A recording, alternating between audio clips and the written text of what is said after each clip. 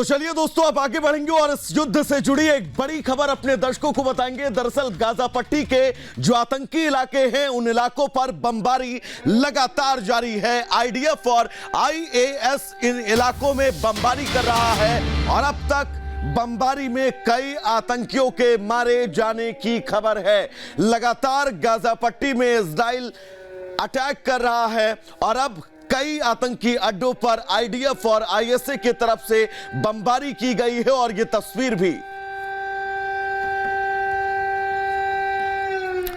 और हमारे साथ हमारे सहयोगी सैटेलाइट से गुरसिमरन जुड़ गए। गुरसिमरन का रुख कर लेते हैं। गुरसिमरन, जिस तरीके से अभी भी यहाँ पर हवाई हमले जारी हैं, लेकिन ऐसे में गाजा की तरफ से बड़ा दावा किया गया है कि जो हॉस्पिटल पर अटैक हुआ वो इजराइल की तरफ से हुआ, लेकिन इजराइल इनकार कर रहा है।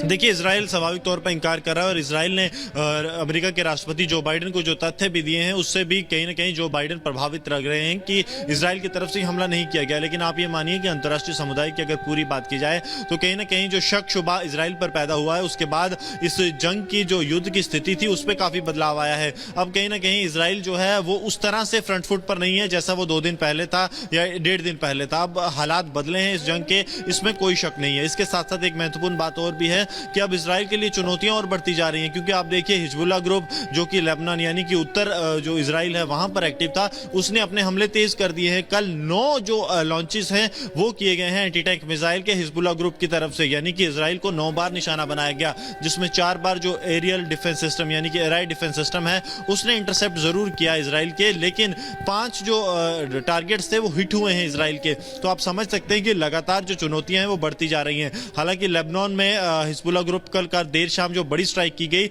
उसमें उनका एक टेररिस्ट सेल यानी कि आतंकियों का एक गुट जो घुसपैठ करने की कोशिश कर रहा था और लगातार वो एंटी टैंक मिसाइल से हमले भी कर रहा था, उसे यूएवीज ने मार गिराया, यानी कि अनमैन्ड एरियल व्हीकल जो कि इजराइल डिफेंस फोर्सेस का है उसने उन आतंकियों को मार गिराया है। लगातार हमास के आतंकी मारे जा रहे हैं, लगातार लेबनान में हिजबुल्लाह ग्रुप के आतंकी मारे जा रहे हैं, लेकिन चुनौतियां इजराइल के लिए कम होने का नाम नहीं ले रही, क्योंकि इजराइल अब ऐसा लग रहा है कि 2 फ्रंट वॉर में अब धकेलता जा रहा है, 2 फ्रंट वॉर में फंसता जा रहा है और उसको निकलने का अब कोई जरिया नहीं दिख रहा है। क्योंकि जिस तरह से हिजबुल्लाह ग्रुप लगातार बहुत ज्यादा एक्टिव हो गया है और हमास के आतंकी पीछे नहीं हटे हैं। आप ये मानिए कि आज 13 दिन इस युद्ध को हो चले हैं और 13 दिन की लड़ाई में हमास के आतंकियों ने हार नहीं मानी और उसके साथ साथ हिजबुल्लाह ग्रुप एक बड़ा खतरा बनकर सामने आया है। यानी कि अब चुनौतियां लगातार चारों तरफ से बढ़ रही हैं और यही कारण है कि अब इजराइल एक नई रणनीति पर काम कर रहा है कि किस तरह से दोनों जगह पर उत्तर और दक्षिण में जो ये युद्ध जारी है इससे कैसे निपटा जाए, क्योंकि एक जगह भी थोड़ी सी ढील जो है वो पूरे डायनामिक्स युद्ध के बदल सकती है। क्योंकि अगर हिजबुल्लाह ग्रुप भारी होता है तो हमास को उसका मदद मिलेगी और अगर हमास के आतंकी कहीं भारी पड़ जाते हैं इजराइल पर तो उसका फायदा हिजबुल्लाह ग्रुप उठाने की कोशिश करेगा। हिजबुल्लाह ग्रुप इसका फायदा उठाता नजर आ रहा है और चुनौतियां जो है वो इजराइल के सामने, गुरसिमरन जिस तरीके से आप बता रहे हैं वाकई में तमाम है। फिलहाल आप जुड़े उसके लिए बहुत बहुत शुक्रिया आपका। और इस बीच एक बड़ी खबर आ रही है। बड़ी खबर आपको बता दें, वेस्ट बैंक में इजरायली स्नाइपर तैनात कर दिए गए हैं। नाउ शम्स कैंप में स्नाइपर की तैनाती की गई है। ये बड़ी जानकारी आपको बता दें, वेस्ट बैंक में इजरायली स्नाइपर तैनात किए गए हैं। लगातार जो इस युद्ध से जुड़ी नई नई चीजें हैं, जो नए नए मोड़ हैं वो देखने को मिल रहे हैं और ऐसे में यहाँ पर वेस्ट बैंक की तस्वीरें हम आपको दिखा रहे हैं। ये देखिए, ये जो तस्वीरों में आप बिल्डिंग्स देख रहे हैं, ये जो तस्वीरों में आप इलाका देख रहे हैं, ये वेस्ट बैंक का इलाका है और यहाँ पर स्नाइपर्स को तैनात किया गया है। और ये जो स्नाइपर्स तैनात किए गए हैं ये इजरायली स्नाइपर हैं जो कि तैनात किए गए हैं। नाउ शम्स कैंप में स्नाइपर तैनात किए गए हैं क्योंकि कैंप में कई ऐसे शरणार्थी हैं जो आकर शरण ले रहे हैं और ऐसे में उन्हीं कैंप में स्नाइपर तैनात किए गए हैं। तो ये तस्वीरें आपको दिखा रहे हैं कि स्नाइपर जो है वो तैनात कर दिए गए हैं और इसके पहले भी स्नाइपर कई जगह तैनात किए गए थे। खबरों में आगे बढ़ेंगे, बात करेंगे अमेरिकी राष्ट्रपति जो बाइडेन की, जो कि पहुंचे हुए थे इजराइल और इस दौरान उन्होंने जम करके इजराइल का सहयोग किया। साफ तौर पर कहा है कि हर मोर्चे पर इजराइल के साथ खड़े हुए हैं, लेकिन उनके जाने के बाद अब स्थिति वहां पर इजराइल में क्या है, इजराइल और हमास के बीच में क्या है, आपको दिखाते हैं ये पूरी खबर इस रिपोर्ट में।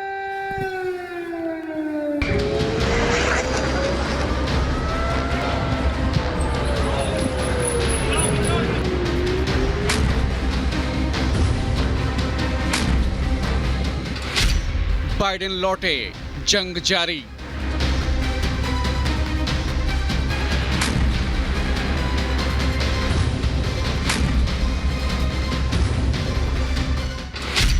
13वां दिन जंग भीषण।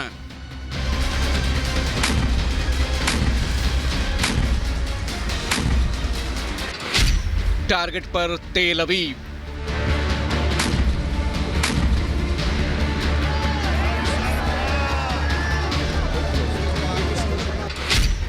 हमास हिजबुल्लाह का वार।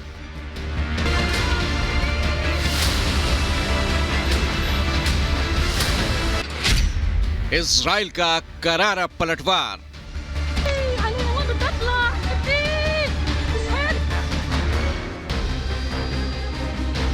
इजराइल को समर्थन का भरोसा देकर बाइडेन जैसे ही तेल अवीव से लौटे, हमास और हिजबुल्लाह ने जबरदस्त प्रहार शुरू कर दिया। आतंकियों के टारगेट पर तेल अवीव है और तेल अवीव में सायरन की गूंज है।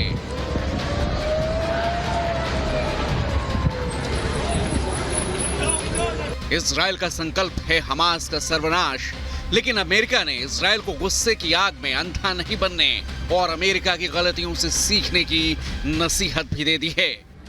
बाइडेन लौटे, अब सुनक की बारी है।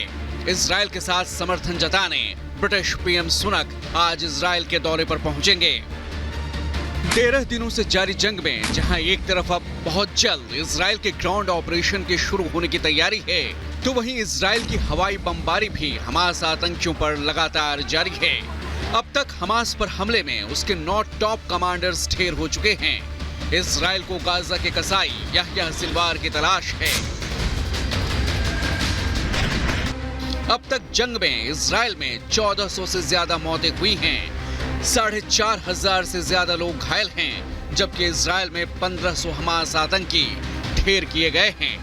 वहीं गाजा में 3500 से ज्यादा मौतें हुई हैं। इजराइल के हमले में 12000 से ज्यादा लोग घायल हैं।